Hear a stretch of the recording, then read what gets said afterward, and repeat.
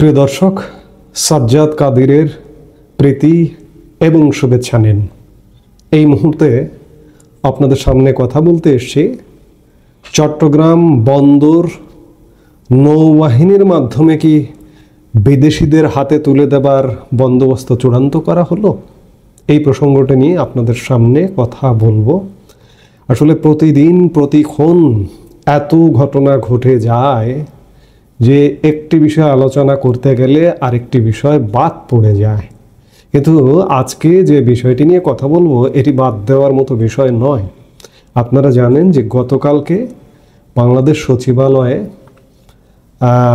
চট্টগ্রাম বন্দর ব্যবস্থাপনা নিয়ে একটা বৈঠক অনুষ্ঠিত হয়। বৈঠক শেষে নৌ পরিবহন উপদেষ্টা এম সাখাওয়াত হোসেন বলেন, উপদেষ্টা পরিষদের বৈঠকে এনসিটি পরিচালনার বিষয়ে চট্টগ্রাম বন্দর কর্তৃপক্ষকেই কর্তৃত্ব দেওয়া হয়েছে। বন্দর কর্তৃপক্ষ এনসিটি পরিচালনার জন্য অপারেটর নিয়োগ এবং অপারেটরের সঙ্গে চুক্তি করতে পারবে। নৌবাহিনী আগামী 6 মাসের জন্য এনসিটি পরিচালনার দায়িত্ব পাবে এবং নৌবাহিনীকে উপযুক্ত হিসেবে বিবেচনা করেছে সরকার। এটি নৌ পরিবহন উপদেষ্টা এম সাখাওয়াত হোসেনের বক্তব্য। অর্থাৎ বন্দর কর্তৃপক্ষকে পুরো কর্তৃত্ব দেওয়া হয়েছে যে বন্দর কর্তৃপক্ষ কাকে অপারেটর নিয়োগ করবে, কাকে বাদ দেবে, কার সাথে চুক্তি নবায়ন করবে কিংবা নবায়ন করবে না, এই দায় দায়িত্বগুলো বন্দর কর্তৃপক্ষের। ভালো কথা, কিন্তু বন্দর কর্তৃপক্ষের মাধ্যমে এখন কি হতে যাচ্ছে সেটাই দেখবার বিষয়। বিভিন্ন রাজনৈতিক দল ও সামাজিক সংগঠনগুলো ধারাবাহিকভাবে প্রতিবাদ করে আসছে যে চট্টগ্রাম বন্দর বিদেশিদের লিজ দেওয়া যাবে না। শ্রমিকরা আন্দোলন করে আসছে যে কোনোভাবেই যেন চট্টগ্রাম বন্দরের যে সবচেয়ে লাভজনক নিউ মেরিন কন্টেনার টার্মিনালটি এটি যেন বিদেশি কোম্পানির হাতে ছেড়ে না দেওয়া হয়। কিন্তু সব আন্দোলন, সব দাবি দাওয়াকে উপেক্ষা করে অন্তর্বর্তীকালীন সরকারকে বিদেশিদের হাতেই এই বন্দরের দায়িত্বভার তুলে দিচ্ছে। সার্বিক অবস্থা বিশ্লেষণ করে এটি সুস্পষ্ট হয়ে উঠছে দিনকে দিন। আমরা বিভিন্ন কথায় আলাপে বলছি যে সরকারের পায়ের তলায় মাটি নেই, সরকার যে কোনো মুহূর্তে চলে যেতে পারে, চলে যাবে, কিন্তু আপনাকে ক্ষতি করে দিয়ে যাবে, ভয়ঙ্কর ক্ষতি করে দিয়ে তারপরে যাবে। 71-এর কথা মনে পড়ছে এই মুহূর্তে।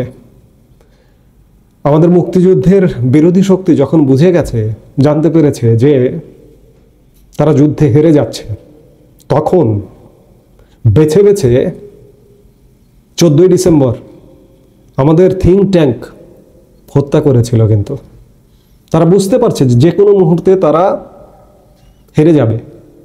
আমরা ঠিক 2 দিন পরে 16 ডিসেম্বর স্বাধীন হয়েছিলাম। ঠিক তেমনি আপনি আমি যদি ভাবি যে সরকার NCT new marine container terminal বিদেশিদের হাতে দেয়া থেকে সরে এসছে, তাহলে আপনার আমার ভাবনা ভুল হবে।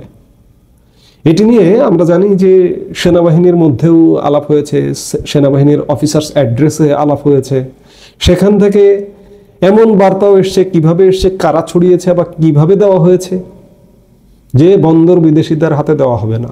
সেখানে করিডোর প্রসঙ্গ এসেছিল, মায়ানমার করিডোর। বন্দর বিদেশির হাতে দেওয়া হবে না, কিন্তু সরকার কি একটি কৌশল অবলম্বন করছে? সূত্রের খবর, আগামী নভেম্বরে বন্দরের চট্টগ্রাম বন্দরের সবচেয়ে ভালো এনসিটি নিউ মেরিন কন্টেনার টার্মিনালটি আমেরিকার বাছাই করে দেওয়া সংস্থা ডিপি ওয়ার্ল্ডের হাতে তুলে দেওয়া হবে। তার আগে 6 মাসের জন্য টার্মিনালটি চালানোর ভার দেওয়া হচ্ছে নৌবাহিনীর হাতে। এবং এটি কবে থেকে? আগামী রোববার 6 জুলাই থেকে। এই মুহূর্তে বন্দরটি পরিচালনা করে কে? আমাদের দেশীয় একটি অপারেটর সংস্থা সাইপ পাওয়ার টেক। সাইপ পাওয়ার টেক অপারেট করে এটি লাভজনক, অত্যন্ত লাভজনক, প্রশংসনীয় এবং কখনো কখনো আমাদের কন্টেনার হ্যান্ডেলের যে টার্গেট, সেই টার্গেট থেকেও বেশি কন্টেনার হ্যান্ডেল করে। সেই সাইপ পাওয়ারটেকের সাথে চুক্তির একটা মেয়াদ আছে, সেই মেয়াদটা শেষ হতে যাচ্ছে 6 জুলাই। ডক্টর ইউনূসের অন্তর্বর্তী সরকারের অর্থ উপদেষ্টা সালেউদ্দিন আহমেদ গতকাল বুধবারের আগের দিন মঙ্গলবার জানিয়েছিলেন যে বর্তমানে এই টার্মিনালটি পরিচালনা করছে বাংলাদেশের প্রতিষ্ঠান সাইপ পাওয়ারটেক। তাদের সঙ্গে সরকারের চুক্তির মেয়াদ শেষ হবে রবিবার 6 জুলাই। আমি খানিক আগে যেটি বলছিলাম, পরের দিন থেকে এটি পরিচালনার দায়িত্ব নৌবাহিনীর হাতে দিতে চায় সরকার। তবে নৌবাহিনীর হাতে যদি স্থায়ীভাবে দিত, ওকে, আমাদের স্বস্তির জায়গা ছিল, কিন্তু না, নৌবাহিনী পরিচালনা করবে 6 মাসের জন্য।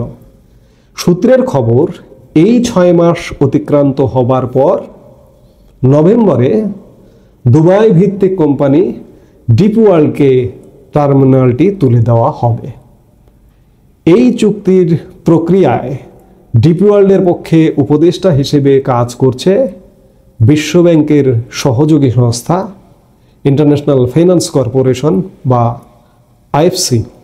বন্দর বিশেষজ্ঞ মহল মনে করছেন যে নৌবাহিনীর হাত থেকে কন্টেনার টার্মিনালটি বিদেশি সংস্থার হাতে তুলে দেওয়া হলে শ্রমিক কর্মচারীদের বাধা এড়ানো সহজ হবে। মানে আন্দোলনরত যারা আছে বন্দর বিদেশিদের হাতে তুলে দেওয়ার ব্যাপারে, তাদের হাত থেকে বাধা এড়ানোর জন্য 6 মাসের জন্য ইন্টারিম টাইমের জন্য নৌবাহিনীর হাতে বন্দরটি তুলে দেওয়া হচ্ছে। প্রধান উপদেষ্টা ইউনূস বরাবর জানিয়েছেন যে এনসিটি ডিপি ওয়ার্ল্ডকে হস্তান্তরের বিষয়ে তার সরকার প্রতিশ্রুতিবদ্ধ। ইউনূস সরকার দায়িত্ব গ্রহণের অনেকগুলো শর্ত, অনেকগুলো দায়িত্বের মধ্যে কি, অনেকগুলো প্রতিশ্রুতির মধ্যে কি এই বন্দরটি বিদেশিদের হাতে তুলে দেওয়ার একটা প্রতিশ্রুতি ছিল? অবস্থা দৃষ্টে তেমনই মনে হচ্ছে যে কোনো মূল্যে ডিপি ওয়ার্ল্ডকে বন্দরটা উঠিয়ে দিতে হবে। ডক্টর ইউনূস এমন কথাও বলেছেন যে দেশের স্বার্থে এই টার্মিনাল হস্তান্তর প্রক্রিয়ার বিরোধিতাকারীদের প্রতিহত করতে হবে। ডক্টর ইউনূস এতটা মরিয়া কেন এই বন্দরের ব্যাপারে? আমি বাংলাদেশের নাগরিক হিসেবে প্রশ্ন জিজ্ঞাসা, কেন এত? এখন আবার কৌশল অবলম্বন করছেন যে সরাসরি সাইপ পাওয়ারটেক টু ডিপি ওয়ার্ল্ড হস্তান্তর নয়, মধ্যবর্তী সময়ের জন্য নৌবাহিনীকে দায়িত্ব দেওয়া হচ্ছে। অর্থাৎ ডক্টর ইউনূসের সরকার একটা কৌশলগত পন্থা অবলম্বন করেছে।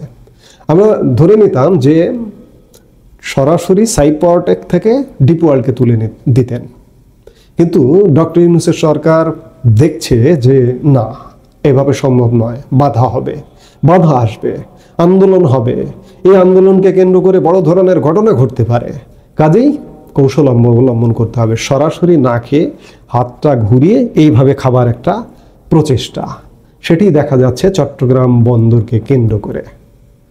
সরকারি সূত্রের খবর, গত 18 জুন নৌপরিবহন মন্ত্রকের সভায় এই টার্মিনালটি বন্দর কর্তৃপক্ষের তদারকিতে নিজস্ব ব্যবস্থাপনায় পরিচালনার সিদ্ধান্ত হয়েছিল। এই গত 18 জুন, গত মাসের। তখন 6 মাসের জন্য 42 কোটি টাকা বরাদ্দের প্রস্তাবও দেওয়া হয়, কিন্তু দিন দুয়েক বাদেই বন্দর কর্তৃপক্ষ সেই প্রস্তাব থেকে সরে আসে এবং নৌবাহিনীর মাধ্যমে এনসিটি পরিচালনার সিদ্ধান্ত নেয়। এনসিটির 5টি জেটির 4টিতে সমুদ্রগামী এবং 1টিতে অভ্যন্তরীণ নৌযান ভিড়তে পারে। এটি দেশের সবচেয়ে বড় কন্টেনার টার্মিনাল। প্রশ্ন উঠছে যে দেশীয় সংস্থার হাতে এনসিটি যখন লাভজনকভাবে চলছে, দক্ষতাও বহুগুণে বেড়েছে, তখন কেন একটি বিদেশি প্রতিষ্ঠানের হাতে তুলে দেওয়া হচ্ছে? চট্টগ্রামের সংশ্লিষ্ট মহল মনে করেন এর পেছনে রয়েছে অন্য উদ্দেশ্য। মিয়ানমারের বিদ্রোহীদের অস্ত্রশস্ত্র ও অন্যান্য সামগ্রী সরবরাহের স্বার্থে চট্টগ্রাম বন্দরের নিয়ন্ত্রণ আমেরিকা নিজেদের কর্তৃত্বে রাখতে চায়। অর্থাৎ এটিই মূল উদ্দেশ্য। আমরা বলছি যে ডিপ স্টেট বা মার্কিন প্ল্যান এখানে খানিকটা ক্ষীণ হয়ে গেছে, কিন্তু ক্ষীণ হয়েও হয় না। মার্কিন যুক্তরাষ্ট্র খুব সহজে একটি অঞ্চল ছেড়ে সেটিকে পরিত্যক্ত ঘোষণা করে চলে যায় না, যার দরুন মার্কিন যুক্তরাষ্ট্র এটি যে কোনো মূল্যে মার্কিন যুক্তরাষ্ট্র অন্ততপক্ষে চট্টগ্রাম বন্দরটি নিয়ন্ত্রণে রাখতে চাইছে। সবকিছু মিলে ষড়যন্ত্র শেষ হয়নি, কোনো ষড়যন্ত্রই এখনো পর্যন্ত অবসান হয়নি। আমি খানিক আগে যেটি বললাম, চলে যাচ্ছে তবুও যাচ্ছে না, চলে যাবে কিন্তু আপনার জীবন বের করে দিয়ে চলে যাবে। সার্বিক অবস্থা বিশ্লেষণে এটি মনে হচ্ছে যে চট্টগ্রাম বন্দর থেকে ডক্টর ইউনূসের সরকার পিছু হটেনি। এটি খুব একটা বড় ধরনের কৌশলের অংশ, যে প্রথমে নৌবাহিনীকে দেবে, অর্থাৎ এটি একটা ইউটার্ন বলতে পারেন। দেশীয় সংস্থা অপারেট করছে, করে সরাসরি দেশীয় সংস্থার হাত দিয়ে যদি ডিপি ওয়ার্ল্ডকে হস্তান্তর করে তাহলে সেটি মানুষের চোখে পড়বে, কিন্তু সেই জায়গায় একটু কৌশল অবলম্বন। খানিক আগে আমি যেটি বললাম যে দেশীয় সংস্থা, নৌবাহিনী, আগামী নভেম্বরে ডিপি ওয়ার্ল্ড, এই হচ্ছে সমীকরণ। এবং এটি কেন তুলে দেওয়া হচ্ছে বিদেশিদের হাতে, এর সমীকরণের পেছনের কাহিনীটি আপনারা জানেন, যে এখানকার যে মার্কিন যুক্তরাষ্ট্রের যে বৃহৎ পরিকল্পনা, মিয়ানমারের রাখাইন রাজ্য নিয়ে, বাংলাদেশের পার্বত্য অঞ্চল নিয়ে, সেই পরিকল্পনা বাস্তবায়নেরই অংশ হিসেবে মার্কিন যুক্তরাষ্ট্র বাংলাদেশের চট্টগ্রাম বন্দরকে নিজেদের আয়ত্তে রাখতে চাইছেন, এবং রাখতে চাওয়ারই একটি অংশ হিসেবে তাদেরই ঠিক করে দেওয়া ডিপি ওয়ার্ল্ড এই বন্দরটি নিচ্ছে। এই ডিপি ওয়ার্ল্ড তাদের বন্দর, চট্টগ্রাম বন্দরটি নেওয়া মানে তাদেরই থাকা। এবং দেখুন কিভাবে কৌশল অবলম্বন করে বন্দরটিকে হস্তান্তরের চেষ্টা করা হচ্ছে। বাংলাদেশ থেকে খুব জোরালো যদি প্রতিবাদ না ওঠে তাহলে নিশ্চিত থাকুন যে বন্দর বিদেশিদের হাতে চলে যাচ্ছে। এই মুহূর্তে এ পর্যন্তই। সবাই ভালো থাকুন, সুস্থ থাকুন। আমাদের ভিডিওগুলো নিয়মিত পেতে সাবস্ক্রাইব করুন Sajjad Kadir and the legends YouTube channel, এবং লাইক, কমেন্ট, শেয়ার করে সাথে থাকুন।